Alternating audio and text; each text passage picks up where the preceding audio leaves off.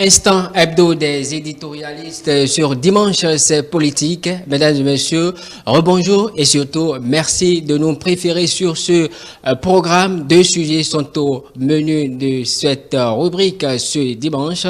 On parle donc du déménagement imminent du marché d'Antokpa qui s'annonce un peu dans les mois ou prochaines semaines. Et donc ce n'est pas un fait nouveau. L'annonce a été faite il y a encore quelques années en arrière. Et donc, les tenants et aboutissants d'une telle initiative seront analysés et commentés par des confrères qui sont déjà autour de moi et à un moment où les marchés modernes pour accueillir ces commerçants du marché d'Antokpa sont presque sur le point d'être livrés. En deuxième temps, nous allons parler donc de cette réglementation du secteur funéraire au Bénin. C'était l'un des points du Conseil des ministres du mercredi dernier. Pour faire le débat, j'ai avec moi Daniel Dassi. Daniel, bonjour. Bonjour Marcus Koudianoumé et bonjour à nos amis téléspectateurs. Merci donc d'avoir accepté notre invitation. Le plaisir est totalement partagé, Marcus. Voilà, je rappelle que vous êtes journaliste à KIF FM qui fait partie de l'ensemble de la SRTB, voilà, Société des radios-télévisions du Bénin. C'est bien de cela qu'il est question. C'est bien de cela qu'il s'agit, Marcus. Voilà. Et puis le deuxième invité en plateau avec nous, il s'appelle Koshimo Rungbadji, qui est un habitué qui fait son retour sur ce plateau. Koshimo, bonjour. Marcus, bonjour et bonjour à tous les téléspectateurs. Merci aussi de nous faire ce plaisir d'avoir accepté notre invitation. Vous êtes journaliste à Afrique sur 7, c'est bien de cela qu'il est question. Ouais.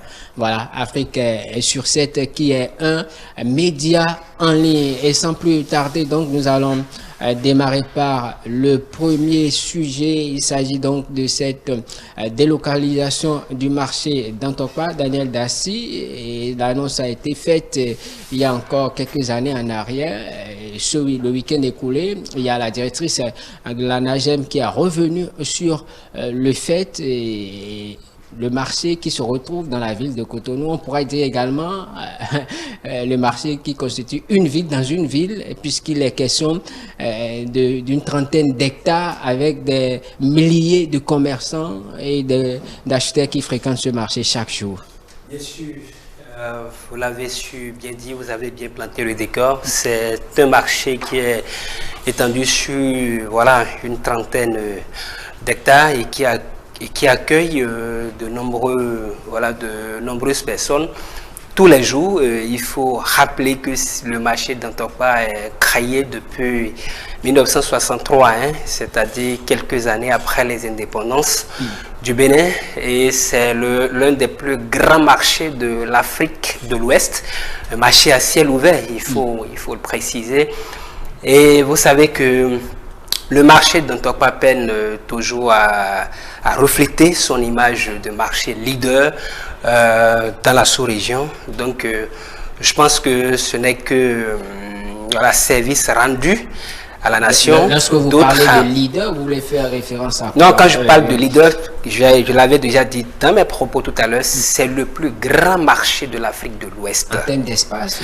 En termes d'espace et qui, en termes de densité également, c'est le plus grand marché qui accueille plus de commerçants dans notre espace de l'Afrique de l'Ouest.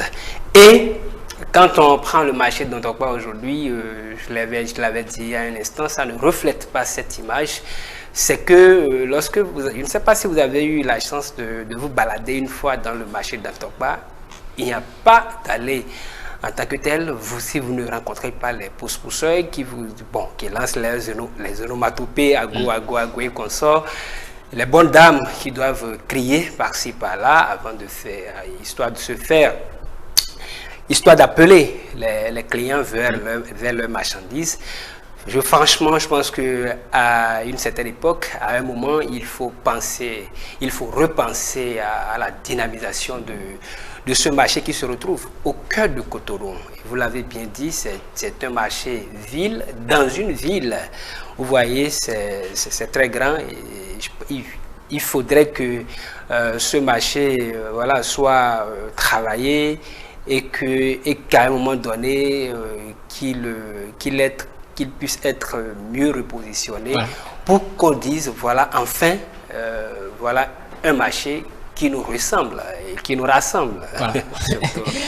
Pour ne pas prêter des mots aux politiques, oui, Koshimo Oumadji, il le disait tout à l'heure, un marché qui n'offre pas en quelque sorte toutes les garanties en termes de sécurité, parce que circuler même devient à un moment donné difficile dans ce marché. Donc nous avons vu par le passé des incendies à répétition, et donc le gouvernement trouve la stratégie de pouvoir délocaliser le marché, déménager ce marché pour que l'on se sente beaucoup plus en sécurité. Oui, je pense qu'on est d'accord sur les raisons évoquées. Je pense que autant que nous sommes ici, chacun a certainement déjà fait l'expérience. Circuler à Dantokpa, c'est pas de la joie. Et on voit clairement qu'il n'y a pas de l'espace. Et à un moment donné, il faut penser à réaménager. Mais tel que le marché se présente, c'est pas évident qu'on cherche à réaménager et réinstaller tout le monde. Dantokpa, c'est mythique. Je suis sûr qu'il y a quelques années, lorsqu'on parlait du déménagement, beaucoup n'y croyaient pas. Mais je pense que nous y sommes. Et après, il y a des craintes. Lorsque vous prenez par exemple les commerçants, les commerçantes, la crainte c'est est-ce que nous n'allons pas perdre la clientèle?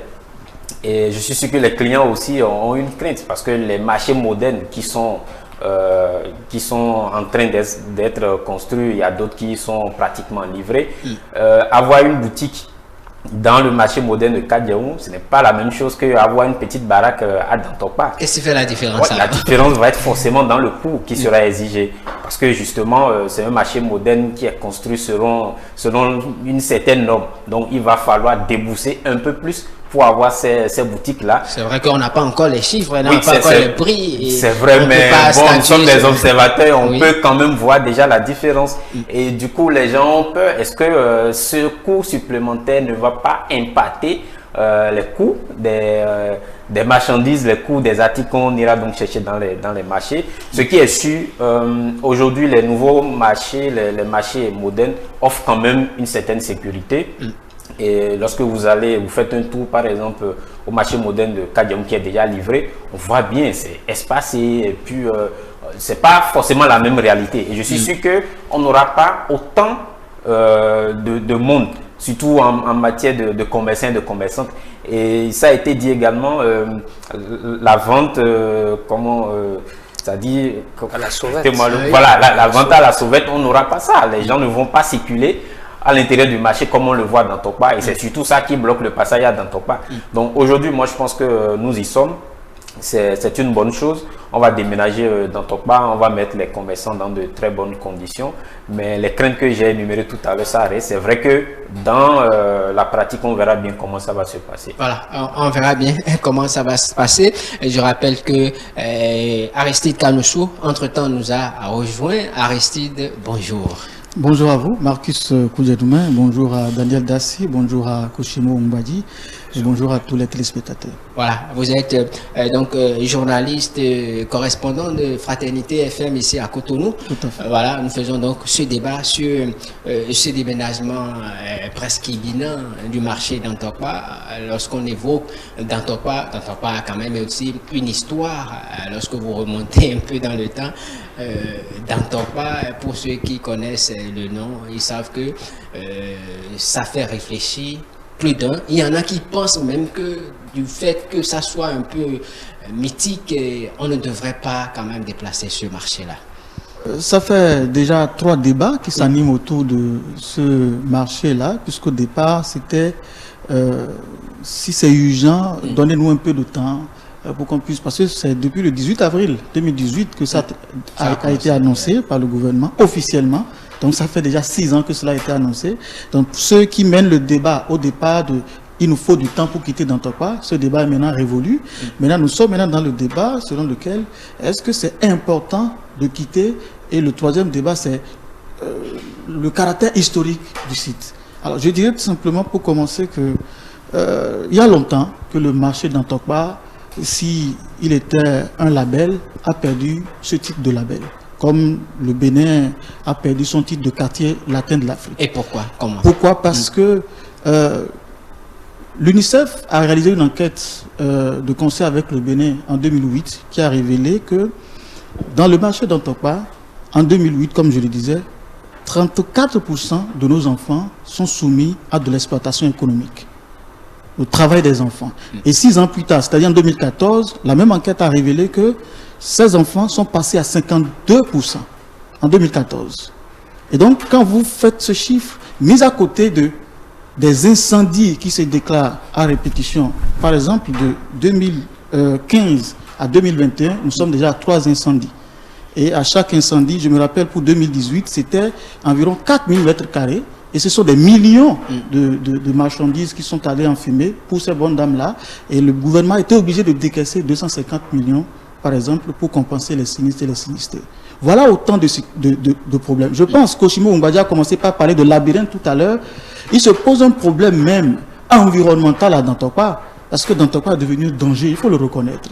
Au-delà de l'aspect historique que ça contient, il faut pouvoir, à un moment donné, quand votre enfant grandit, pouvoir vous séparer de lui, lui donner l'autorisation d'aller épouser une femme ou d'aller se marier. C'est un peu ça. On doit accepter cela. Donc, je vous disais tantôt qu'en l'espace de 6 ans, nous sommes à 3 incendies. Et au-delà de ça, il parlait de labyrinthe. Il y a un problème environnemental sérieux. Les gens vont, je ne vais pas utiliser le mot matière fécale, mais leurs besoins au quotidien, ils vont jeter ça dans le caniveau, au bord des voies. Dans ces labyrinthes-là, si vous ne faites pas attention, vous piétinez ces sachets bien emballés et puis vous êtes embobiné. Même chose dans les lagunes. Vous voyez? Et ça a posé en même temps un problème d'hygiène à Dantokpa. Ça a posé un problème d'hygiène. Et à côté de ça, il y a un problème de sécurité. Moi, j'ai discuté avec des femmes qui m'ont dit, qui m'ont juré même carrément qu'elles n'ont pas envie de mettre pied toute leur vie à Dantokpa. Parce qu'aller à Dantokpa, aujourd'hui, c'est pas qui veut, mais qui peut. Sinon, vous êtes obligé ou soumis à des vols à la tire. Voilà. On vous pique votre portefeuille très rapidement, et on vous dit, venez acheter ceci, et puis on vous dribble, on vous prend de l'argent, c'est devenu de l'insécurité. Et à côté de ça, la mobilité. Vous vous rappelez, la mobilité, l'embouteillage que cela a créé dans notre circulation aux alentours, quand vous quittez le carrefour Legba, par exemple, pour aller à Dantokpa, passant devant le carrefour K-Thérapie, c'était la totale. Voilà. Donc, je pense qu'il était temps qu'on aille à ce niveau et qu'on permette le relogement. Mieux, il faut préciser, Dantokpa, qui est autour de 24 hectares aujourd'hui, va être relogé sur le site de Akasato, qui est un site de plus de, disons, de 150 hectares. D'accord? Donc, ce qui fait environ... Une partie. Oui, ce qui fait environ... Non, oui, une partie. Ceux qui... On a appelé ça le marché de gros. Ceux qui commercialisent les vivriers et autres marchandises iront à Kassato. Les autres qui sont dans les commerces nobles, les bijoux et autres, iront dans les 1000 boutiques qui vont ceinturer le stade de l'amitié. Voilà. Donc, je pense qu'à ce niveau, il n'y a pas de problème par rapport à l'espace. 150 hectares de l'autre côté. Ça fait déjà 8 fois l'espace de Dantokpa aujourd'hui. Donc, je pense qu'à partir de ce moment, les marchés urbains et régionaux qui ont été créés sont que des marchés satellitaires. Bien absorbés. Non, ne veut même rien absorber au niveau du marché de gros ou marché de commerce noble. Ils vont juste absorber les détaillants. Voilà. Ceux qui veulent s'inscrire, ceux qui, par exemple, sont à Porte-Nouveau, qui ne veulent pas parcourir Porte-Nouveau pour aller jusqu'à Kassato. Je reviens à vous tout à l'heure, Aristide Kanosso. Oui, et Daniel Dassé, lorsqu'on parle d'Antokpa, c'est quand même un mélange de tout et de rien, parce que il y a le constat est que tous les genres d'activités sont menés au même endroit. Il faut quand même désormais spécifier d'où le gouvernement pense à un marché de gros du côté de Calavi. On parle du marché qui est de l'autre côté du stade général Mathieu Créco, et donc il faut spécifier, et lorsque vous voulez tel besoin, vous allez à tel endroit. Nous sommes en train d'aller vers la modernité, le marché moderne. C'est de ça qu'il s'agit. Voilà, quand un enfant naît, l'enfant devrait grandir. Il y a tout un mélange à Dantokpa. Et si aujourd'hui on voudrait aller vers les spécificités, je pense que ce n'est qu'à saluer. Mais moi, le problème, ce qui me passe par l'esprit quand on parle de déplacement ou bien de déménagement de Dantokpa, c'est déjà la proximité de la population par rapport à Dantokpa. Vous voyez, lorsque vous voudriez acheter, il faut quitter Akwakpa jusqu'à Kassato avant de prendre ce que vous avez envie, ce que vous avez l'habitude de prendre à quelques 2 ou 3 kilomètres. Mais pour ceux qui sont à Cotonou, il y en a qui quittent le nord du Bénin pour venir à Dantokpa. aussi à Dantokpa. Moi, c'est ce que, en fait, ce sont les petites questions qui passent dans ma tête quand je pense à Dantokpa. Lorsque vous êtes à Cotonou et vous voulez acheter à Dantokpa, c'est vite fait. Hein? Vous allez au marché rapidement, vous prenez ce que vous avez envie de prendre et vous retournez. Mais, vous l'avez dit tout à l'heure, lorsque vous avez envie de prendre des bijoux, vous savez que désormais, vous allez au stade de l'amitié parce que c'est un marché qui va être dédié spécialement aux bijoux. Donc, lorsque vous avez envie de prendre tel ou tel article, vous savez où là vous allez aller très rapidement pour pouvoir vous en procurer. Et vous savez que à Dantokpa, par exemple, des gens comme moi qui ne maîtrisent pas forcément le marché, lorsque vous allez là-bas, vous ne savez pas tout de suite à quel endroit, au niveau de quel rayon il faut aller pour acheter tel ou tel article. Hein. C'est ça qui est bien dans le déménagement du marché de Dantokpa. Parce qu'il y a la communication autour et on sait que lorsque vous allez à tel niveau, vous avez tel produit et c'est bien. C'est ça que moi je salue. Et au-delà, c'est l'insécurité qui règne au niveau du marché de Dantokpa.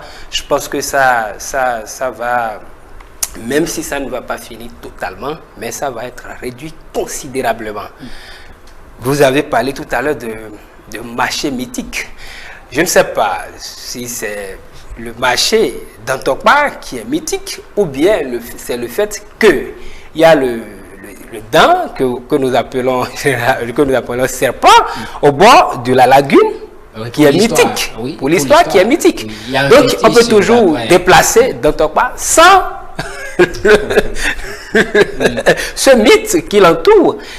Encore que Dantokpa ne va pas se retrouver à un seul endroit désormais. Ça va être divisé et ceux qui vendent tel article vont se retrouver voilà, dans d'autres marchés qui vont les accueillir. Je pense que c'est une décision totalement salutaire, mais qui quand même continue de donner de hic dans la tête de certaines personnes ou de certains commerçants qui continuent toujours d'être dans le marché de Dantokpa.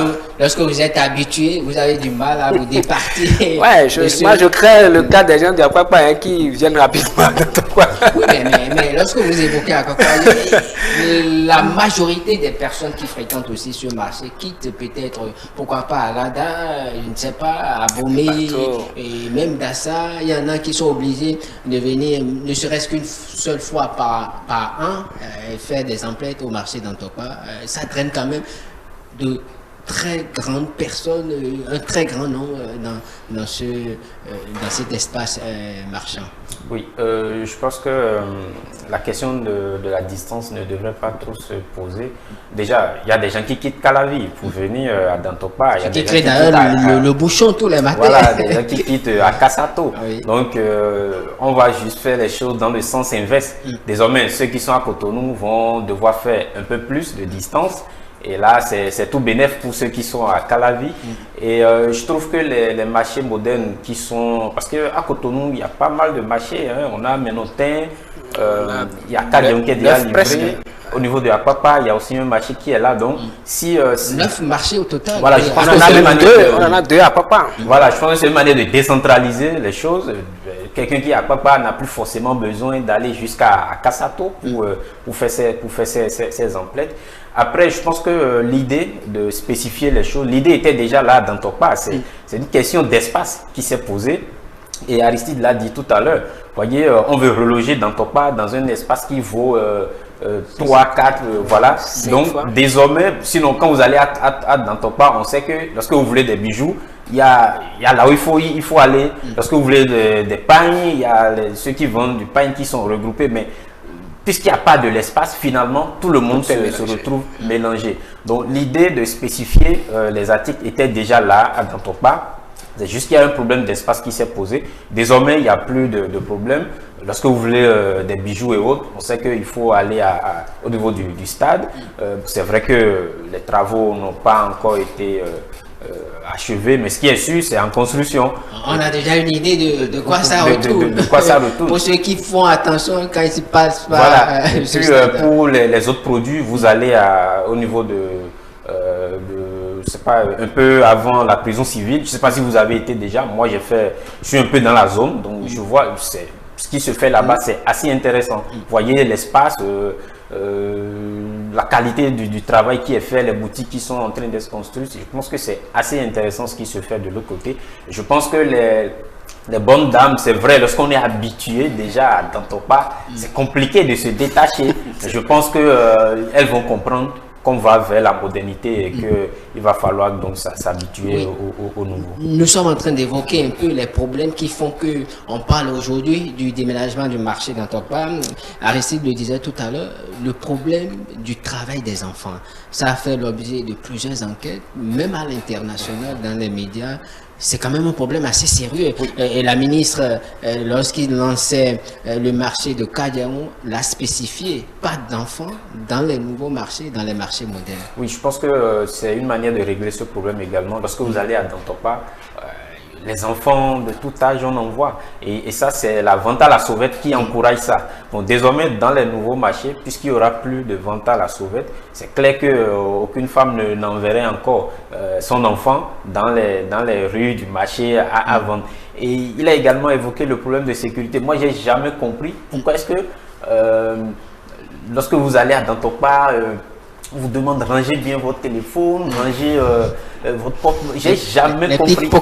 J'ai des proches à qui c'est arrivé, des grandes soeurs, des cousines à qui on a piqué le portefeuille. J'ai dit, mais comment, c'est-à-dire en pleine journée, dans un marché où il y a des milliers de personnes, c'est-à-dire les bandits opèrent sans même, c'est-à-dire on voit mais on ne peut pas dénoncer. C'est-à-dire c'est un environnement d'insécurité totale. Je pense qu'aujourd'hui, avec les nouveaux marchés qu'on a, ce n'est pas évident. Et j'ai même appris qu'il y aura des dispositifs de sécurité. On aura peut-être des binômes de policiers ou d'agents de sécurité civile qui vont circuler et qui vont sécuriser les usagers. Et le plus grand, c'est également des caméras de surveillance, parce que lorsque vous allez du côté du marché de Kadiaon, vous voyez qu'il y a des caméras de surveillance qui sont posées et donc on peut retourner en arrière pour voir lorsqu'il y a un petit problème.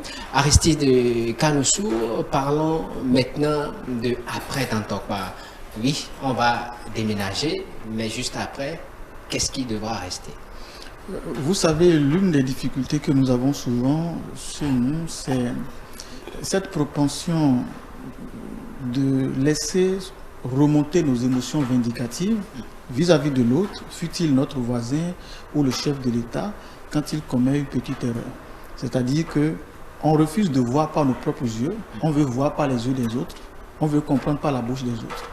La réalité est que le chef de l'État, et ça il faut le reconnaître, si on est en accord sur une seule chose depuis 2016, c'est quelqu'un qui est très minutieux dans le choix de ce qu'il fait. Et tout ce qu'il fait, il programme. Et je constate que dans cette programmation, il y a forcément quelque chose qui est prévu pour l'après Dantopa.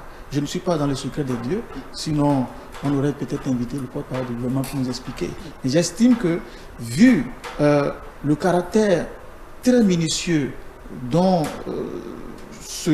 ce prévaut, que nous montre généralement le chef de l'État, c'est sûr qu'il y a un autre programme, certainement qui va courir dans Dantopa. Ce qui est sûr, tous les problèmes que nous venons de citer sont en train d'être jugulés, et je m'en voudrais de ne pas revenir par exemple sur le problème du coût. Parce qu'aujourd'hui, quand vous allez à Kadiaon, puisque c'est le seul qui est inauguré pour l'instant, la mesurette d'haricot, de l'haricot blanc, continue d'être vendue au même prix, à 700 je pense, bien 800. Et même chose pour la mesurette d'haricot rouge, et même chose aussi pour la mesurette de riz. Donc je pense que sur le problème de coût, il n'y a pas de souci. L'autre aussi, il ne faut pas l'oublier. Au départ, les spéculations ont fait que à combien on va nous louer les boutiques. Les dames ont accédé au marché contre 0 franc. En tout cas pour l'instant, contre 0 franc. Et elles l'ont témoigné à visage découvert. Donc je pense que sur ce problème, il n'y a pas à s'inquiéter. Maintenant, sur la situation de distance, je m'en voudrais de ne pas revenir aussi là-dessus. Vous voyez, à Zongo, il y avait le commerce des moutons. On a fêté Tabaski récemment. Si on n'avait pas déplacé ces vendeurs-là, de là vers, je pense, quelque part à Calavi ou à Glo, on serait encore... Abomey-Calavi, c'est dans la commune d'Abomey-Calavi. Oui, donc je pense qu'on serait encore en train de parler d'embouteillage en ce moment. Et pourtant, il y a eu Tabaski, les gens se sont rués vers là-bas. C'est très bien organisé aujourd'hui. Sinon, on serait dans l'embouteillage total, dans le désordre qu'il y a toujours eu à Zongo, à Papa, etc. Donc j'estime que on a déjà expérimenté la distance. Et mieux encore, il a dit, on a des démembrements de marchés qui puissent permettre aujourd'hui, avec le caractère moderne qu'il y a autour de ces marchés-là, que chacun aille s'approvisionner dans ces marchés. Seuls ceux qui vont revendre en gros sont obligés maintenant d'aller jusqu'à Kassato pour aller s'approvisionner sur le marché de Glo, du moins, et revenir maintenant dans chacun de leurs quartiers, de leur contrée pour revendre. Donc, revenons sur votre question de après Dantokwa, faisons confiance au chef de l'État, le président Patrice Talon. Je le dis comme ça parce que ce qui nous manque souvent, je l'ai dit, je le répète, c'est de ne pas chercher à équilibrer, de ne pas chercher à voir ce qui est réel. Je pense que le président Patrice Talon nous a montré que c'est quelqu'un qui est ambitieux. Et cette ambition pour notre pays, on doit pouvoir l'accompagner. Voilà. Oui, Daniel Zassi, voilà, donc on est en train de se projeter un peu dans l'après Dantokwa. Il a dit, l'annonce a été faite depuis 2018. Le ministre Tonato a revenu plusieurs fois. Là, maintenant, il y a lieu de mettre un peu de salubrité au niveau du chenal de Cotonou. On parle du lac Nokui qui est carrément pollué à travers les différentes activités menées au marché d'Antokwa. On a senti qu'à un moment donné, on a mis un peu un frein parce qu'il y a eu des barricades pour empêcher ces commerçantes de pouvoir continuer à jeter des ordures dans le lac. Aujourd'hui, on sent que et dès que Dantokwa disparaîtra, c'est sûr qu'il y aura des activités nautiques et des constructions assez modernes, comme on le voit dans bien d'autres pays, pour permettre de vivre quand même un bon air également de ce côté-là. Bien sûr, après Dantokwa, qu'est-ce qui va rester à Dantokwa? Bon, moi, dans ma petite tête, je me dis ça va être un peu comme ce qui s'est passé ou ce qui se passe au niveau du camp Guézo, où il y aura des constructions modernes, où il y aura peut-être de logements sociaux, je le dirais ici. Si on construit des logements où des gens vont vivre, où il y aura des bureaux, pourquoi pas. Il y aura un lac, on peut se promener avec des pirogues. Construire des bureaux d'immeubles de très grande taille qui peut avoir de vue sur la lagune. Vous voyez ce que je veux dire? C'est très intéressant. Peut-être vous allez vous sentir à Istanbul. Ah oui. Ça va être. Cotonou aussi mérite ça. Ça va être intéressant. Et moi, je pense que ça serait bien de penser la chose de cette manière. Mais avant d'y arriver, il faut dégager. Voilà, le dégagement c'est déjà imminent. La berge lagunaire, à quoi de Domé et autres. Oui. Quand on parle de libération des espaces publics, on en a parlé ici dans ce pays, ça a fait quand même. Les gens n'ont pas compris. Les gens n'ont pas compris. Donc, sûrement qu'on va encore vers cette étape parce qu'il n'y a pas d'omelette sans casser des œufs. Non, il y aura du déménagement forcé. Ça là, c'est clair. Et vous voyez, bon, peut-être ce sont les poissons au niveau de la lagune qui entourent Dantokwa qui vont être heureux dans les jours à venir. Ah oui, ça c'est vrai. Ils vont être heureux. Parce que, bon, vous l'avez dit, on jette un peu partout. Bon, Kanoussou, M. Kanoussou l'a évoqué il n'y a pas longtemps. Ces petits sachets qu'on attache un peu partout et qui vont dans la lagune. Même sur ça ne fait pas forcément du bien. Voilà. Vous sentez qu'il y a de l'eau sur le goudron, mais ce n'est pas de l'eau, c'est carrément de l'urine. Et pour vous, je ne sais pas si vous avez vu, il y a un espace un peu triangulaire devant Sogema. Oui. Depuis quand ça a été dégagé, Vous voyez, au début, les gens revenaient mettre un peu de saveur. Maintenant qu'il y a les forces de l'ordre là, je pense que les autorités du marché aussi ont instruit certaines personnes qui veillent à la propriété de la zone. Aujourd'hui, si vous allez là, vous pouvez mettre votre natte et dormir tranquillement. Alors qu'avant, mais vous ne pouvez pas voir. Tout était noir comme ça. Et c'est l'insécurité dont on parlait, c'est que quand le gars crée son petit désordre, il a là où il peut se cacher rapidement et personne ne pouvait le voir. Or, dans les nouveaux marchés aujourd'hui, les marchés modernes, où est-ce que tu vas aller? Vous avez parlé des caméras de surveillance tout à l'heure. Ben, en fait, tout est tracé, tout est propre. Je pense que nous sommes en train d'aller vers ce Bénin qui nous ressemble. Et franchement, c'est à saluer. Voilà. Oui, Koshimo Mbadi, je vous laisse vous prononcer également sur l'après d'Antokpa. À quoi doit-on rêver? Je pense qu'il y a forcément un projet qui va s'installer là. Ce qui est sûr, on ne va pas déménager les gens et laisser l'espace comme ça parce que voilà, et encore qu'on est dans un processus où on est en train de rendre Cotonou belle. Donc, on va faire en sorte. Je suis sûr que le gouvernement, c'est vrai qu'il ne faut pas l'oublier, le régime actuel c'est pas à quelques mois de la fin, mais bon, la gestion publique, c'est une continuité. Je suis sûr qu'il y a un projet qui est là et sur lequel, et Aristide l'a si bien dit, il faut être d'accord que le régime actuel fait bien ses choix en termes de projets, en termes de réformes minutieux et tout est tracé.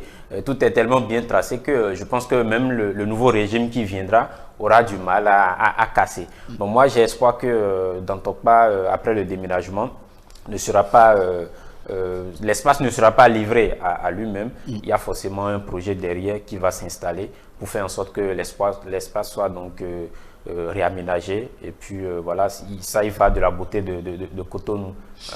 Oui, Aristide, pour finir, peut-être sur ce sujet rapidement, ce qui m'intéresse, c'est surtout la libération, parce qu'après avoir libéré Dantokpa de ce marché, je ne sais pas, il faut libérer les berges lagunaires. C'est surtout ça. Ça a été annoncé au début du mandat du chef de l'État, Patrice Talon. On sait que par la suite, c'est tombé peut-être dans les oubliettes, mais c'est sûr qu'avant la fin de ce mandat, on en arrivera encore à cette étape, la libération des berges lagunaires. On sait le travail qui se passe de l'autre côté. On parle de la corniche est de Cotonou. Je ne sais pas si vous faites attention, vous circulez un peu du côté du vieux pont, du 3e pont. Vous avez constaté quelque chose qui se déroule de ce côté également. Voilà. Oui, vous devez constater que au départ, le marché d'Antokpa était autour de 14 hectares, mais ceux qui étaient dans les environs ont dû progressivement libérer leurs terres, d'accord, pour agrandir le marché jusqu'à ce qu'on en soit à 20 hectares aujourd'hui. Mais quand ils libèrent leurs terres, ils vont où?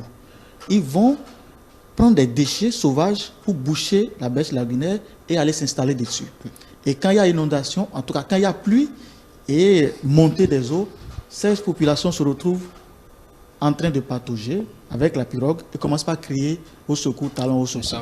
Donc je pense qu'il est de la responsabilité du chef de l'État de pouvoir redéployer ces gens-là, comme il a l'habitude de le faire, et de pouvoir utiliser ces berges lagunaires, les transformer et permettre à ce que Cotonou, comme on l'a si bien dit, puisse être convenablement attrayante à travers ce chenal qui est en train d'être réalisé et toute la beauté qui entoure cette réalisation-là. Donc il y a forcément un mécanisme, il y a d'ailleurs un mécanisme qui permet de déplacer ces populations-là de la berge lagunaire, même si elles continuent de résister. Il y en a qui continuent de coopérer, d'autres avec le temps vont s'accommoder. C'est vrai que ça a pris 6 ans aujourd'hui pour qu'on découvre les nouveaux marchés. Peut-être que ça va prendre encore 6 ans avant que ces gens-là ne constatent qu'il y a forcément un projet, un beau projet pour nous qui puisse les convaincre à pouvoir libérer la berge lagunaire. Quoi qu'on dise, la loi reste la loi et la manière dont elles se sont installées sur ces berges lagunaires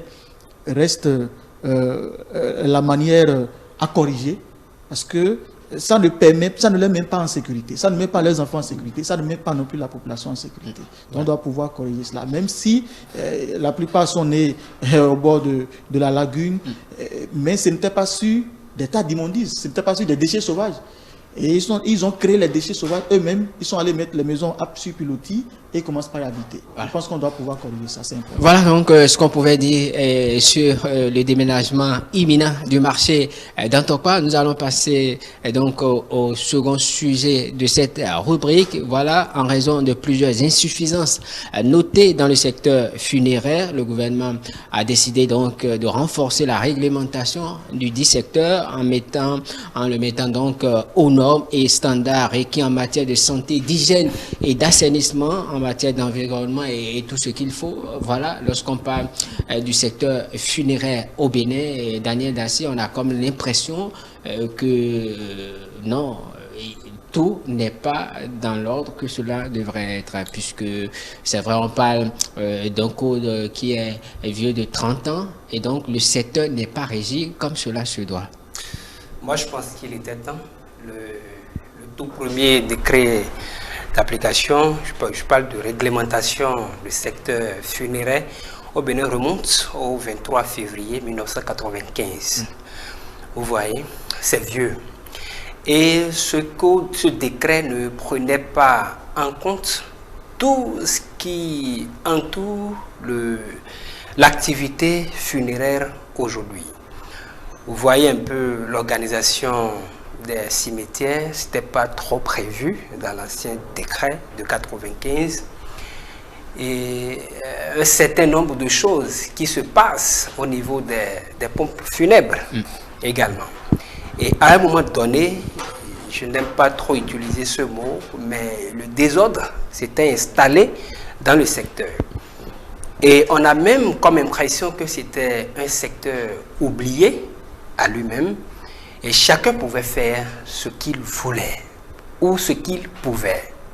Vous voyez un peu le mort, voilà, on le traite comme on veut. Et franchement, moi, quand j'en parle, je suis souvent triste et j'ai la chair de poule, parce que c'est tout comme si celui qui est parti, c'est que c'est fini pour lui, on ne le considère plus outre mesure, et parfois on le maltraite comme on veut. Je vais parler de la morgue jusqu'à l'enterrement ou jusqu'à la crémation parfois. Vous voyez un peu. Donc je pense que le gouvernement a vu juste. Les acteurs du secteur aussi s'étaient déjà organisés en 2017 et ils ont même sorti de nouveaux tests qui régissent la profession, qui régissent le secteur, mais les tests étaient restés dans les oubliettes. C'est heureux de constater que le gouvernement revient à la charge et va pouvoir mettre les dispositions qu'il faut pour que le secteur respire au mieux aujourd'hui. Voilà, oui, voilà, Koshimo Hungadi, lorsqu'on parle du secteur funéraire au Bénin, on ne peut pas se cacher à ce désordre, parce que lorsque je prends simplement l'installation des morgues, cela devrait respecter une certaine norme. Une morgue ne pourrait normalement pas être installée en agglomération. Mais aujourd'hui, on voit des morgues qui sont installées à l'emporte-pièce, à quelques mètres des habitations. Il y a des morgues clandestines et chacun fait ce qu'il veut. Il est quand même de bon ton de siffler la fin de la récréation. Oui, je pense qu'il est temps de siffler la fin de la récréation. C'est un secteur sensible, un peu comme le secteur sanitaire. Vous voyez, je crois au début, le régime avait rapidement, au niveau de la santé, il y a eu la réforme qui a essayé de discipliner un peu la création des cliniques, des centres de santé privés. On a découvert que beaucoup ont créé des centres de santé alors qu'ils n'en avaient pas la qualification. Et c'est la même chose au niveau du secteur funéraire. Vous avez des morgues qui sont créées n'importe comment, où les normes, le minimum qui est exigé dans ce secteur n'est pas respecté. Et je pense qu'aujourd'hui, le gouvernement a vu juste, c'est-à-dire à vouloir justement reformer le secteur. Et j'ai vu, on a parlé donc de d'un minimum de qualification aujourd'hui pour travailler dans le secteur. Lorsque vous devez travailler dans une morgue, lorsque vous devez travailler peut-être dans, comment on appelle, dans un cimetière, c'est-à-dire un minimum de formation. Il y en a qui s'en moquent pour parler en termes de quelle formation pour pompe funèbre. Non, je pense qu'aujourd'hui, il y a des formations, même au niveau supérieur, pour travailler dans une morgue, il y a des formations. Je pense même que l'année dernière, j'ai vu une école créée comme ça, ici au Bénin, une école universitaire créée. C'est quand même assez rare. Oui, c'est très rare. Bon, je pense que c'est autant donc de mesures qui vont permettre au gouvernement de mieux contrôler le secteur, parce que franchement, il faut pas se le cacher, un grand désordre dans ce secteur aujourd'hui. Il y a des morgues peut-être qui dépassent la limite. Vous avez peut-être une morgue qui doit contenir 100 corps, mais bon, c'est 200, 300, 500 que vous retrouvez. Bon, je pense qu'on va espérer que les acteurs du secteur comprennent la pertinence de la réforme, et on espère qu'il n'y aura pas de... les résistances, on en a toujours, mais j'espère qu'ils vont comprendre, parce que il y a des intérêts qui seront touchés, c'est clair. Lorsque vous vous engagez des réformes dans un secteur, il y a forcément des intérêts qui seront touchés. Ceux-là vont chercher à se protéger, à protéger leurs intérêts. Mais je pense qu'ici, c'est l'intérêt général qui doit primer. Donc, nous attendons que la réforme soit dans sa phase pratique, active, pour mieux apprécier. Voilà. Oui, Aristide Kanoussou, un autre exemple, lorsqu'on parle de la gestion de nos cimetières. Oui, on sait que ce côté, tout n'est pas également dans l'ordre normal, et donc nous sommes en présence des cimetières qui sont quand même aussi pléthoriques. Aujourd'hui, on se demande, est-ce qu'il ne faudra pas trouver un autre moyen de voir comment faire, puisque la population ne cesse de grimper également d'année en année, et donc tout ceci mis ensemble, lorsqu'on parle des rites mortuaires également, tout cela est également pris en compte. La manière dont ça se passe, je ne sais pas, où on est obligé de dépenser quand même assez de sous pour pouvoir enterrer le mort. Il y a une loi qui a été votée à l'Assemblée nationale, je crois, il y a encore quelques années en arrière, pour interdire ces manières de procéder. Mais rien n'est respecté, justement. Bon, pour commencer par la loi, je pense que c'était le député Nazer Sado qui avait fait cette proposition, oui. Mais ça n'avait pas prospéré en fait. Okay. Ça n'avait pas prospéré. Okay. Autant pour moi, alors. Je pense que pour revenir à l'avant-dernière préoccupation qui est celle des cimetières, aucun impact environnemental n'est respecté avant de pouvoir installer ces cimetières-là. Aujourd'hui, on voit des cimetières dont les murs, les clôtures, juste avec les habitations tranquillement. Or, c'est, par exemple, dans la réglementation, le code de l'hygiène au Bénin, il faudrait au moins que le puits de la maison à côté soit au moins à 100 mètres de distance de la clôture du cimetière. Et aujourd'hui, nous avons les cas du cimetière PK14 et d'autres cimetières dans Calavi. C'est une cohabitation qui est devenue normale au vieux, au sud de tout le monde. Pour Apapa, vous avez même que, bon, c'est vrai que ça ne date pas de quelques années. On a du cimetière à côté d'une lagune, ça ne fait quand même pas... Le problème existait, ça ne date pas d'aujourd'hui. Et comme le disait Dassi tout à l'heure, depuis 1995, un décret a été pris, mais le décret n'a jamais été appliqué pratiquement. Donc il va falloir maintenant qu'on pense à l'application. C'est vrai que le gouvernement s'est levé, mais il faut qu'on pense à l'application. Parce que ce qui se passe effectivement dans ce secteur, c'est terrifiant, c'est horrifiant. Vous voyez les publicités agressives qu'il y a autour des cercueils, autour des lits mortuaires, au bord de nos voies aujourd'hui. Quand tu passes, tu vois un cercueil, Dieu sait ce que ça te fait. Dieu sait l'émotion que ça te crée. Ce sont des publicités agressives. Il va falloir... Il faut créer des boutiques à part pour ces éléments, voulez-vous dire. Organiser tout cela. Quand, plus loin, on ne présente pas un acte de décès d'un parent avant de pouvoir l'envoyer à la morgue, et puis en même temps on lui flanque la seringue dans la chair, le monsieur commence par se débattre, on dit ah tu es déjà rentré ici, tu veux plus sortir. On le matraque, on l'assomme. Vous avez été victime, vous avez été témoin de cela une fois. Nous sommes dans une société et l'information circule rapidement. Et au-delà même de ça, quand vous lisez le point du Conseil des ministres, on a dit tout ça se fait dans le non-respect de l'intégrité physique et de la mémoire des défunts. Qu'est-ce que le gouvernement est en train de mettre dans ça? le gouvernement dit indirectement là ce que nous on pense tout bas, c'est-à-dire que le commerce des poils pubiens, le commerce des barbes, des cheveux, des ossements, des jus de l'eau de, comment vous appelez ça? En tout cas, quand on finit de laver le défunt, on prend l'eau et puis on vend ça. Il y en a même qui n'attendent pas, dans ces pompes funèbres, ils n'attendent pas les parents du défunt avant de la prêter totalement, de lui mettre sa parure et on le met tranquillement là. Or, il y a des parents, moi j'ai discuté avec quelqu'un un jour qui m'a dit, on a appelé les pompes funèbres, on leur a dit, ne touchez pas au corps avant notre arrivée. Mais le monsieur, il avait déjà lavé le corps, il l'a habillé complètement, il l'a mis là et il est déjà rentré.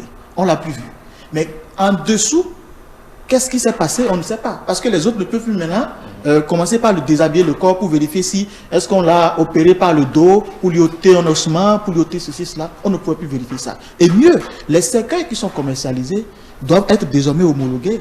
Il faut que ce soit des cercueils qui sont dotés d'un dispositif de, comment vous appelez ça, biodégradable, pour qu'à la fin, on ne se retrouve pas dans des situations où il y a des puanteurs un peu partout. Donc je pense que c'est un secteur qui va être véritablement organisé parce qu'il n'a jamais été l'objet d'une surveillance quelconque, d'un encadrement quelconque, et il va falloir qu'on s'y mette parce que c'est très important. Il y a tellement d'exemples légion que j'en oublie et il va falloir que, et c'est ça d'ailleurs qu'il faut encourager dans cette décision du gouvernement. Voilà, nous sommes presque à la fin de cette émission. Rapidement, un tour de table en quelques secondes. Ça passe très vite. Daniel Dacier, il y a le fait que normalement, il est interdit également d'enterrer les morts dans les maisons. Mais ça se passe, ça continue toujours de passer, même dans les environs de Cotonou, puisque vous devrez avoir, même si ça devrait se faire, il y a des normes qu'il faille respecter. Oui, il faut avoir normalement d'autorisation selon les tests avant d'enterrer un mort à la maison. Et mieux, avant de déplacer un corps d'une commune pour une autre, il faut de l'autorisation. Mais on voit aujourd'hui, le véhicule prend le corps, il peut même quitter de Cotonou dans le Bénin profond. Aucune autorisation et rien du tout. Vous voyez, l'installation des morgues, aucune étude d'impact environnemental, rien du tout. Les cimetières qui devraient être un peu loin des habitations, mais rien du tout. Et encore, vous savez que le problème s'est posé quand l'ancienne première dame Rosine Vieira Soglo devrait passer par la crémation. Entre-temps, vous savez qu'au Bénin ici, on n'en avait pas vraiment trouvé, et c'est au Ghana. Ce n'est pas une habitude, la crémation. Finalement, c'est pas une habitude, mais je pense que les nouveaux tests qui sont, ou bien le nouveau test qui est en train de, le nouveau décret qui va venir, ça va permettre de réglementer tout ceci, et je pense que il sera désormais, la loi, désormais, c'est que lorsque vous êtes acteur du secteur et vous n'avez pas le minimum, c'est que vous serez sanctionné lorsque, ce n'est même pas lorsque vous tombez sous le coup de la loi, lorsqu'on vous chope, on vous prend et qu'on constate que vous n'avez aucune autorisation, c'est que vous allez en prison, vous allez payer pour ce que vous avez pu commettre. Voilà, je pense que lorsque ça va commencer comme ça, les gens vont commencer par se ranger, les gens vont commencer par resserrer les reins, et que les publicités agressives dont parle M. Kanoussou tout à l'heure cessent. Il y a d'autres préfets qui avaient déjà pris des dispositions au niveau... Voilà, pour dire il n'y aura plus d'exposition de cercueil au bord de la voie. Mais à Cotonou, lorsque vous êtes dans votre véhicule ou bien à moto, vous passez dans les voies, c'est exposé, on trimballe même ça à moto, on peut trimballer ça à moto. Oui. Donc voilà, je pense qu'il faudrait que ça. Sinon, les tests sont très clairs sur ça. Et moi, j'ai lu des tests sur le test que les acteurs même du secteur avaient sorti en 2017, qui avaient déjà vraiment retracé comment tout cela va être géré. Oui, pour finir, Koshimo Mbadi, voilà, il a évoqué un point assez essentiel, la crémation. Au Bénin, n'en avons pas l'habitude. On se demande, est-ce qu'il ne serait pas mieux d'aller encore à ce mode, vu que on parle de la population population donc qui grimpe, on doit pouvoir être en train d'absorber d'espace en espace. Oui. Et je pense que chaque fois quand je vois les cimetières, je me dis, bon, jusqu'à quand ils vont s'agrandir? Jusqu'à quand? Parce que vous imaginez, c'est de l'espace qu'on prend chaque jour. Et je ne sais pas si c'est vrai, mais il y a souvent, on dit, lorsque ça atteint un nombre d'années, il faut dégager. Mais tout ça, moi, je suis un peu... Comment faire pour rester dans les normes? Voilà, tout ça. merci, dans les normes et tout. Je pense que cette méthode, la crémation, va permettre quand même de... là, on ne sera plus forcément obligé de prendre de l'espace tout le temps. Et par rapport au cercueil, je fais le même constat. Je suis d'accord, il faut discipliner. C'est devenu trop normal, ça dit normal quoi. C'est qu'il y a Cotonou, c'est comme les meubles quoi, que vous pouvez aller acheter tranquille quoi. C'est pas du tout sérieux à mon avis. Parce que lorsque vous voyez, vous circulez, vous voyez un cercueil, ben, on ne sait pas ce que ça crée. C'est vrai que, bon... La détresse émotionnelle. Voilà, c'est vrai que pour le Béninois lambda, bon, c'est tellement normal, quoi. On peut trimballer un cercueil de Cotonou à Ouida, voilà, tranquille. Je pense que on va, comme je l'ai dit tout à l'heure, on va attendre, on va voir le test qui sera sorti, la réforme dans sa pratique, voilà. On va voir ce que ça va donner. Oui, Aristide, là, on n'a que quelques secondes, juste pour conclure. Vous me promettez que vous allez respecter. Oui, pour conclure. Je pense que ça va permettre aussi de corriger, par exemple, dans nos cimetières aujourd'hui, quand les gens vont déposer leurs parents dans les sépulcres, ne reviennent plus que chaque 1er novembre, souvent de façon sporadique, abandonnant le tombeau dans une brousse sauvage. Je pense que tout cela doit être corrigé. Et accompagner cette réforme-là, c'est l'idéal pour chacun de nous, afin qu'on se sente à l'aise dans une communauté qui respecte les principes et valeurs sociales. Et c'est le moins qu'on puisse souhaiter, tout simplement. Merci. Les 15 secondes. Merci à vous. C'était donc Aristide Kanossou, il est correspondant de Fraternité FM ici à Cotonou. En dehors de lui, et sur ce plateau, nous avions reçu Daniel Dassi, qui est de KIF FM, l'ensemble SRT et B. C'est bien de cela qu'il est question. Il y a aussi Koshimo Rungbadi de médias en ligne, donc Afrique sur 7. Merci, chers confrères, d'avoir partagé avec nous ces quelques commentaires et analyses sur les deux sujets. Nous avions parlé donc des nouvelles dispositions prises par le gouvernement béninois en matière dans le secteur funéraire. Mais avant, on a parlé de ce déménagement imminent du marché d'Antokpa. Merci donc de nous avoir prêté une oreille attentive. Surtout, retenez que dimanche, ces politiques se poursuivent.